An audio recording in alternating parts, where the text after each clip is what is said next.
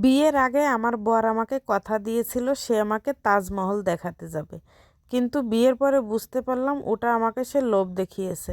এখন আপনারা আবার বলতে পারেন তাহলে তো আপনি লোভী মেয়ে। হ্যাঁ, মেয়েরা কিন্তু বাইরে ঘুরতে যাওয়ার প্রচুর লোভ। হ্যালো এভরিওয়ান, শুরু করছি একটা নতুন ভিডিও। আশা করি ভিডিওটি সবার অনেক বেশি ভালো লাগবে। আর পুরো ভিডিওটা জুড়ে থাকছি বাগেরহাটের মেয়ে আমি লিপি।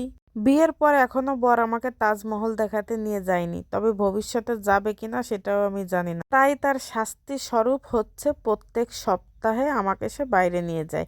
বলতে পারেন এটা হচ্ছে আমার সুদ, আর আসলটা তো পড়েই আছে। আপনারা সবাই আশীর্বাদ করবেন আসলটাও আমি যেন কোনো একদিন পেয়ে যাই। কিন্তু দেখেন, আমার রাজাবাবু আমাদের সাথে যাবে না। ও না গেলে কি হয়েছে, আমি কিন্তু যাব, কারণ এটা হচ্ছে আমার পাওনা। বাইরে গিয়ে আগেই তো আপনারা দেখতে পেয়েছেন আমি কিছু টাকা তুলে নিলাম, তারপরে হচ্ছে টুকটাক অনেক কিছু শপিং করেছি। তো বাড়ি এসে এই যে শপিংগুলো হচ্ছে দেখাচ্ছিলাম, আমি কি কি শপিং করেছি আর কি কি করেছি ঘুরতে গিয়ে, ওগুলো আর শেয়ার করতে পারছি। কারণ কি জানেন, প্রচুর শীত ছিল আর হাতে হচ্ছে হাত মোজা পরেছিলাম, এই কারণে হচ্ছে ফোনও বের করিনি, কোনো কিছু ভিডিও করিনি। এই যে আমি, আমার ছেলে আর আমার বোন, তিনজনের জন্য তিনটা জামা কিনে এনেছি। বাড়ি এসে সবাই হচ্ছে পরে পরে দেখছিলাম সবার ঠিকঠাক হয়েছে কিনা, কিন্তু একেবারে সবার পারফেক্ট হয়েছে।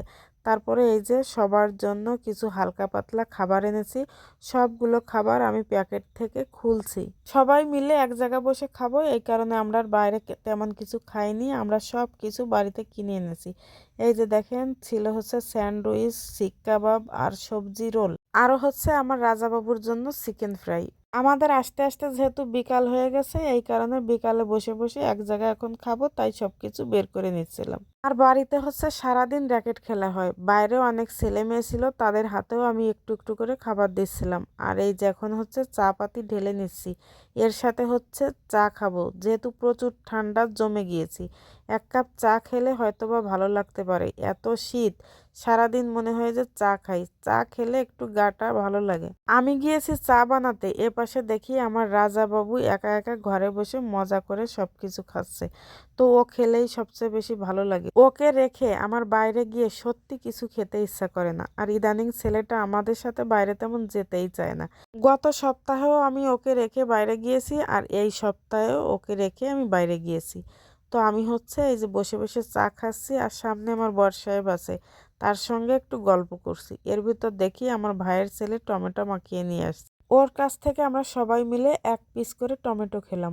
আর আমি পাকা টমেটো অত বেশি পছন্দ করি না, শুধু মাছ দিয়ে রান্না করলে আমার কাছে বেশ ভালো লাগে। আর এই হচ্ছে আমাদের তিনজনের সোয়েটার। আসলে চেয়েছিলাম এক কালারের তিনটা জামা কিনবো, কিন্তু এক কালার পেলাম না, তাই একটু ভিন্ন ভিন্ন কালার কিনা লেগেছে। এরপরে আমার ছেলে আর আমার বোন মিলে র্যাকেট খেলছে। ওই যে বাড়িতে বললাম র্যাকেট খেলার জায়গা তৈরি করে দিয়েছে আমার বর সাহেব, সারা দিন খেলা চলে। একটা সুবিধা হয়েছে, ছেলে তেমন বাড়ির বাইরে যায় না, বরং ওর সাথে খেলতে আরো সবাই আসে। তো খেলা দেখতে দেখতে আর আমাদের চা খেতে খেতে বিদায় নিচ্ছি, সবাইকে ধন্যবাদ।